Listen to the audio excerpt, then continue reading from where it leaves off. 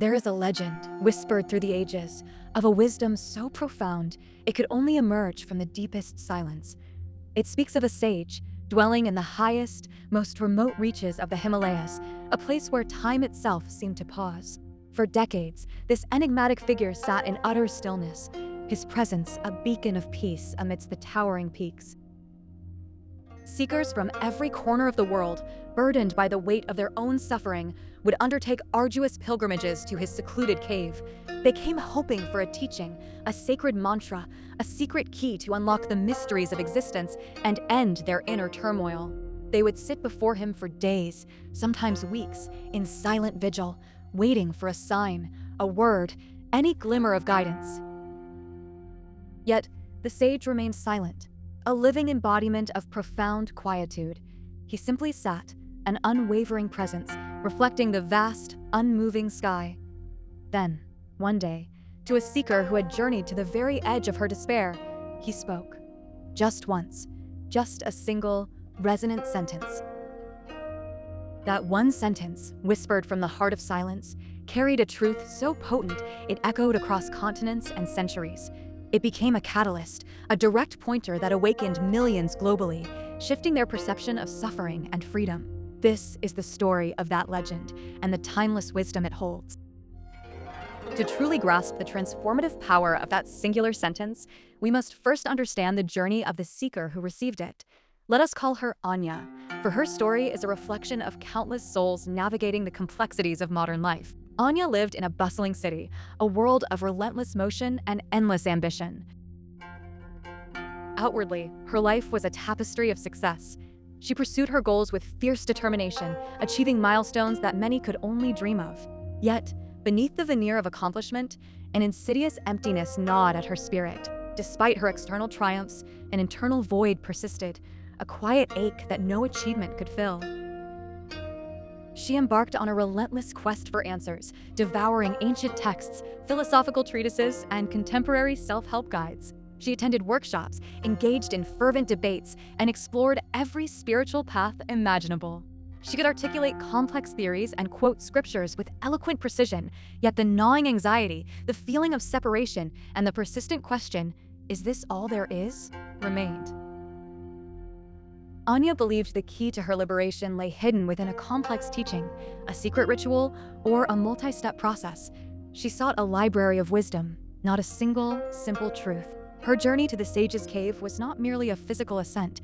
It was a desperate, final attempt to find an answer, a last resort after exhausting every other avenue.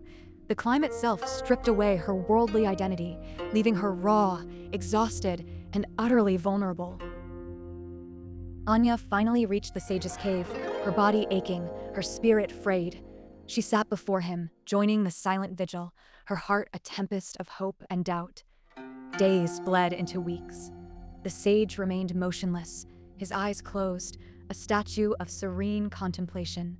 Anya's initial hope slowly curdled into frustration, then anger, and finally a profound, crushing despair. All her seeking, all her effort, all her intellectual understanding seemed utterly meaningless in the face of this unwavering silence. She felt foolish, defeated, and utterly alone. In that moment of complete emotional and physical exhaustion, she surrendered. She slumped, all her striving and searching finally spent, her mind quieted by the sheer weight of her defeat. It was in that precise instant of total surrender, when all hope of finding an answer had vanished, that the sage slowly opened his eyes. They were not merely eyes, but pools of infinite peace, reflecting an ancient, boundless wisdom. He looked at Anya, not with judgment, but with profound compassion. And then, for the very first time, his voice, impossibly clear, resonant, and gentle, as if spoken directly into her soul, broke the decades of silence. He uttered a single, profound sentence. The source of your suffering is not that you are unhappy. It is that you are arguing with your unhappiness. A long, powerful pause followed, allowing the words to hang in the air, reverberating through Anya's very being, shattering her preconceived notions of suffering and peace. In that moment, Anya's world irrevocably shifted. The sheer simplicity of the sage's words was devastatingly profound. It was not a complex philosophy, but a direct pointer to an undeniable truth. Let us now unravel the layers of this singular sentence, for within its brevity lies the key to ending our own suffering.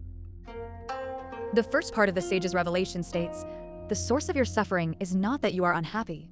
This acknowledges a fundamental truth of the human condition. Pain is an inevitable part of life. Loss, heartbreak, disappointment, frustration, physical discomfort. These experiences are woven into the fabric of our existence. The sage was not suggesting that we should not feel these emotions. He was simply stating that they are like the weather. They come and they go, a natural part of the ever-changing landscape of being. To be human is to experience the full spectrum of emotions, both pleasant and unpleasant. The true revelation, the core of the sage's teaching, lies in the second part of the sentence. It is that you are arguing with your unhappiness. This is where suffering truly takes root. Suffering is not the pain itself, but the resistance we add to that pain. It is our internal battle against what is. This arguing manifests in several ways. It is the resistance that cries, "This shouldn't be happening to me."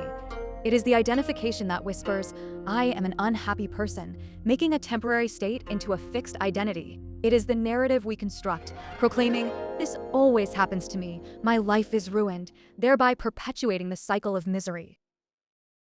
Consider this. You are not the weather. You are the vast, boundless sky that holds the weather. The sky does not argue with the storm. It simply allows it to pass through, knowing its own nature remains untouched.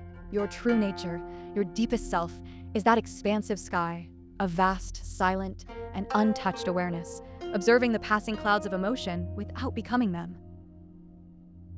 The sage was not offering a new belief system to intellectualize. He was pointing directly to an experience, the experience of being the aware space around your thoughts and feelings, rather than being lost within their tumultuous currents. It was a shift in operating system, not merely an update to existing software. Anya descended the mountain a transformed being. She carried no new dogma, no elaborate philosophy. Instead, she carried a profound, experiential understanding, a new way of relating to her inner world. She began to share not a teaching, but a simple, direct pointer, a mirror for others to look into.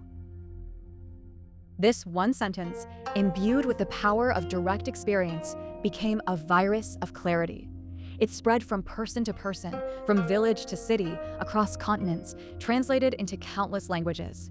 Its impact was profound, precisely because it was not a commandment to follow, but an invitation to self-inquiry. Everyone who encountered it was compelled to pause and ask themselves, "Am I arguing with what is happening right now? Can I simply allow this feeling to be present without making it my enemy? Can I choose to be the vast, observing sky instead of identifying with the passing storm?" This simple inquiry is the very essence of mindfulness. It is the core of non-duality, the understanding that our true nature is inseparable from the whole. It is the heart of awakening, accessible not through years of arduous study, but through a single moment of sincere, honest inquiry. Its directness and accessibility are precisely why it awakened millions, offering a profound shortcut to inner freedom. The legend of the silent sage is more than just an ancient tale. The sage himself is a metaphor for the silent, aware consciousness that resides within each of us, our inherent, untouched nature. And that single, resonant sentence is your personal invitation to a profound inner experiment. Right now, bring to mind a minor irritation, a persistent worry, or a subtle frustration that you might be experiencing. Now, hear the sage's words once more, allowing them to penetrate your awareness. The source of your suffering is not that you are unhappy. It is that you are arguing with your unhappiness. Can you feel the subtle, or perhaps not so subtle, internal argument? The resistance to what is? The desire for things to be different than they are? Now, for a moment, experiment. See if you can, just for an instant, stop arguing, stop resisting. Allow the feeling to simply be there, without judgment, without commentary. And in that allowance, step back. Be the aware space that witnesses the feeling, rather than being consumed by it. This simple, yet radical shift is not the end of your feelings, but the end of your suffering. This is the end of seeking. This is the beginning of true freedom. If this pointer, this ancient wisdom, resonated with you, if it shifted something within your perception, even for a fleeting second, then you have already begun your own awakening. Subscribe to The Seeker's Hood for more direct pointers to your true nature and deeper explorations of consciousness. And finally, share this video. Someone in your life, right now, is likely arguing with their reality, caught in the cycle of suffering. They need to hear this message. They need this invitation to freedom.